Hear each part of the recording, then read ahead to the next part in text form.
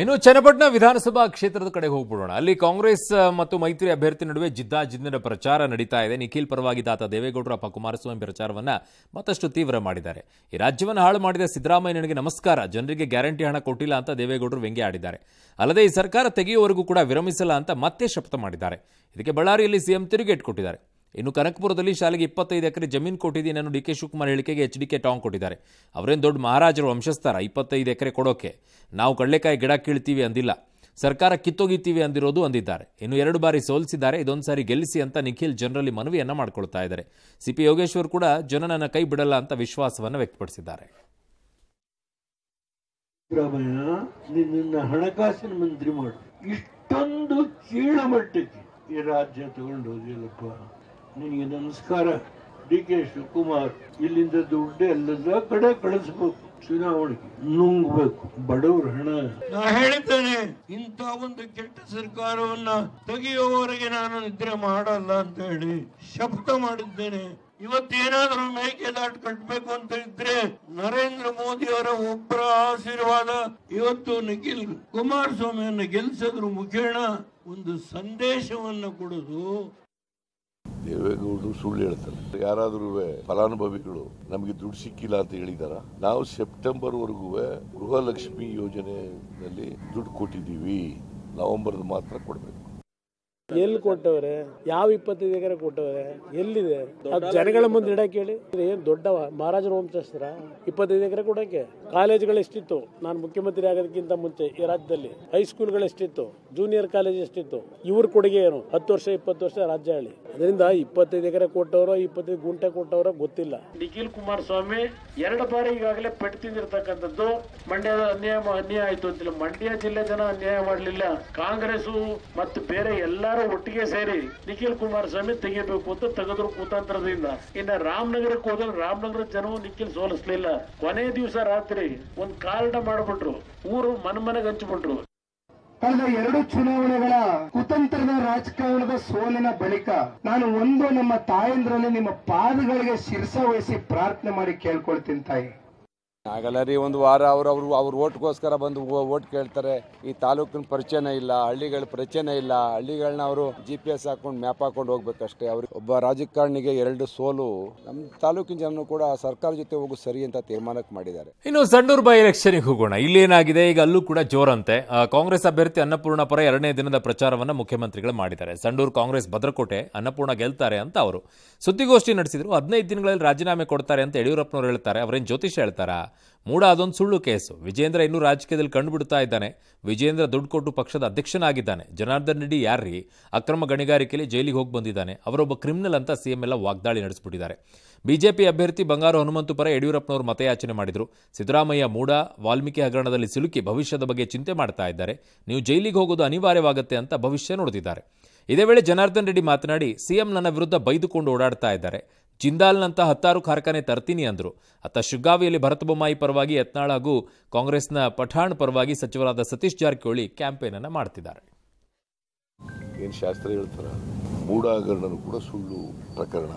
ಯತ್ನಾಳ್ ಅವರು 2000 ಕೊಟ್ಟು ಯಡಿಯೂರಪ್ಪ ಮುಖ್ಯಮಂತ್ರಿ ಆಗಿದ್ದಾನೆ ಅಂತ ಹೇಳಿದ್ದಾನೆ. ವಿಜೇಂದ್ರ ಅವರು ಕೂಡ ದುಡ್ಡು ಕೊಟ್ಟೆ ಅಧ್ಯಕ್ಷನಾಗಿರೋದು ಅಂತ ಹೇಳಿದ್ದಾರೆ. ವಿಜೇಂದ್ರ ಇನ್ನೂ ರಾಜಕೀಯದಲ್ಲಿ ಕಂಡುಬಿಡ್ತಾ ಇರೋದು. ನಾನು ಜನಾರ್ದನ್ ರೆಡ್ಡಿ ಯಾರ್ರೀ ಅವರು? ಎಲ್ಲಿದ್ರು ಜನಾರ್ದನ್ ರೆಡ್ಡಿ? ಮತ್ತೆ ಏನು ಅವ್ರೇನ್ ಮಾತಾಡೋದು? ವಾಲ್ಮೀಕಿ ಹಗರಣದಲ್ಲಿ ಸಿಕ್ಕೊಂಡು ಮುಂದೆ ಅವರ ಭವಿಷ್ಯದ ಬಗ್ಗೆ ಯೋಚನೆ ಮಾಡುತ್ತಿರುವಂತಹ ಒಂದು ವಿಚಿತ್ರವಾದ ಪರಿಸ್ಥಿತಿ ಇರುವಂತಹ ಸಂದರ್ಭದಲ್ಲಿ ಬಿಜೆಪಿ ನಾಯಕರ ಬಗ್ಗೆ ಹಳೆಯ ಇಲ್ಲ ಸಣ್ಣದ ಆರೋಪಗಳನ್ನು ಮಾಡುವಂತ ಕೆಲಸವನ್ನ ಪ್ರಾರಂಭ ಮಾಡಿದ್ದಾರೆ. ನಾನು ಸಿದ್ದರಾಮಯ್ಯನವ್ರಿಗೆ ಹೇಳ್ತೇನೆ, ಬಹುಶಃ ಇನ್ನು ಕೆಲವೇ ತಿಂಗಳುಗಳಲ್ಲಿ ನೀವು ಮಾಡಿರುವಂತಹ ಹಗರಣಗಳ ಪರಿಣಾಮ ನೀವು ಜೈಲಿಗೆ ಹೋಗುವಂತದ್ದು ಅನಿವಾರ್ಯ ಆಗುತ್ತೆ ಅನ್ನೋದನ್ನ ನೀವು ಮಾಡ್ತೀವಿ. ಬರೇ ನೀವು ಜನಾರ್ದನ್ ರೆಡ್ಡಿನ ಬಳ್ಕೊಂತ ಓಡಾಡ್ತಾ ಇದ್ದೀರಿ. ಬರೇ ಜನಾರ್ದನ್ ರೆಡ್ಡಿ ಅಂತ ಜಪ ಮಾಡ್ಕೊಂತ ಕೂತಿದ್ದಾರೆ. 14 ವರ್ಷ ಹೊರಗಡೆ ಇದ್ದೆ, ಇವತ್ತು ಮತ್ತೆ ಬಳ್ಳಾರಿಗೆ ಬಂದಿದ್ದೀನಿ ನಾನು. ಇನ್ನು ಗ್ಯಾರಂಟಿಗಳ ವಿಚಾರದಲ್ಲಿ ಮೋದಿ ಅವರು ಹರಿಹಾಯ್ತಾನೆ ಇದ್ದಾರೆ. ಕಾಂಗ್ರೆಸ್ ಆಡಳಿತ ಇರುವ ರಾಜ್ಯಗಳು ಕಾಂಗ್ರೆಸ್ ಪಕ್ಷದ ಶಾಹಿ ಪರಿವಾರಕ್ಕೆ ಅಂದರೆ ಗಾಂಧಿ ಕುಟುಂಬಕ್ಕೆ ATMಗಳಾಗಿವೆ. ಮಹಾರಾಷ್ಟ್ರ ATM ಆಗೋಕೆ ಬಿಡಲ್ಲ ಅಂತ ಪ್ರಧಾನಿ ಮೋದಿಯವರು ವಾಗ್ದಾಳಿ. ಮಹಾರಾಷ್ಟ್ರದ ಅಕೋಲಾದ ರ್ಯಾಲಿಯಲ್ಲಿ ಮಾತನಾಡಿದರು. ಕಾಂಗ್ರೆಸ್ಗೆ ಹಿಮಾಚಲ, ತೆಲಂಗಾಣ, ಕರ್ನಾಟಕ ATM ಆಗೋಗ್ಬಿಟ್ಟಿವೆ. ಕರ್ನಾಟಕ, ತೆಲಂಗಾಣದಲ್ಲಿ ವಸೂಲಿ ಡಬಲ್ ಆಗೋಗ್ಬಿಟ್ಟಿದೆ. ಮಹಾರಾಷ್ಟ್ರ ಚುನಾವಣೆಗಾಗಿ ಮದ್ಯದಂಗಡಿ ಮಾಲೀಕರಿಂದ 700 ಕೋಟಿ ಪಡೆದಿದ್ದಾರೆ ಅನ್ನೋ ಆರೋಪ ಇದೆ ಎಂದಿದ್ದಾರೆ. ಆದರೆ ಗ್ಯಾರಂಟಿಗಳ ಬಗ್ಗೆ ಟೀಕೆ ಮಾಡ್ತಾ ಇರುವ ಮೋದಿಗೆ ಮುಂಬೈನಲ್ಲೇ DCM DK ಶಿವಕುಮಾರ್ ತಿರುಗೇಟು ಕೊಟ್ಟಿದ್ದಾರೆ. ಮಹಾಯುತಿ ಸರ್ಕಾರ ನಡೆಸ್ತಾ ಇರುವ BJP, NCP ಮತ್ತು ಶಿವಸೇನೆ ಪಕ್ಷಗಳು ಕರ್ನಾಟಕಕ್ಕೆ ಭೇಟಿ ಕೊಟ್ಟು ಒಂದ್ಸಲ ಪರಿಶೀಲನೆ ಮಾಡಲಿ ಅಂತ ಸವಾಲು ಹಾಕಿದ್ದಾರೆ. ಈ ವೇಳೆ DKಶಿಗೆ ತೆಲಂಗಾಣ CM ರೇವಂತ್ ರೆಡ್ಡಿ, ಹಿಮಾಚಲ CM ಸುಖವಿಂದರ್ ಸಿಂಗ್ ಸುಖು ಸಾಥ್ ಕೊಟ್ಟರು. ಇನ್ನು ಮೋದಿಗೆ ಖರ್ಗೆ ಕೂಡ ಟಾಂಗ್ ಕೊಟ್ಟಿದ್ದಾರೆ. ಮೋದಿ ಗ್ಯಾರಂಟಿಗಳನ್ನು ಅನುಷ್ಠಾನಕ್ಕೆ ತರಲಿಲ್ಲ, ಕರ್ನಾಟಕಕ್ಕೆ ಕೆಟ್ಟ ಹೆಸರು ತರಬೇಕು ಅನ್ನೋ ರೀತಿ ಪ್ರಚಾರ ಮಾಡ್ತಿದ್ದಾರೆ. ಮೋದಿ ಕರ್ನಾಟಕದ ಬಜೆಟ್ ಓದ್ಲಿ ಅಂದಿದ್ದಾರೆ. ಇನ್ನು ಪಾಲ್ಘರ್ನ ವಾಡಾದಲ್ಲಿ ವ್ಯಾನ್ನಲ್ಲಿ ಸಾಗಿಸಲಾಗ್ತಾ ಇದ್ದ 3,70,00,000 ಹಣವನ್ನು ಚುನಾವಣಾಧಿಕಾರಿಗಳು ಸೀಸ್ ಮಾಡಿದ್ದಾರೆ. ಜಾರ್ಖಂಡ್ ರಾಜ್ಯವನ್ನು BJP 2 ದಶಕಗಳ ಕಾಲ ನಿಂಬೆಹಣ್ಣಿನಂತೆ ಹಿಂಡಿ ಬಡರಾಜ್ಯದ ಬೆನ್ನು ಮುರಿದಿದೆ ಅಂತ ಮುಖ್ಯಮಂತ್ರಿ ಹೇಮಂತ್ ಸೊರೇನ್ ವಾಗ್ದಾಳಿ.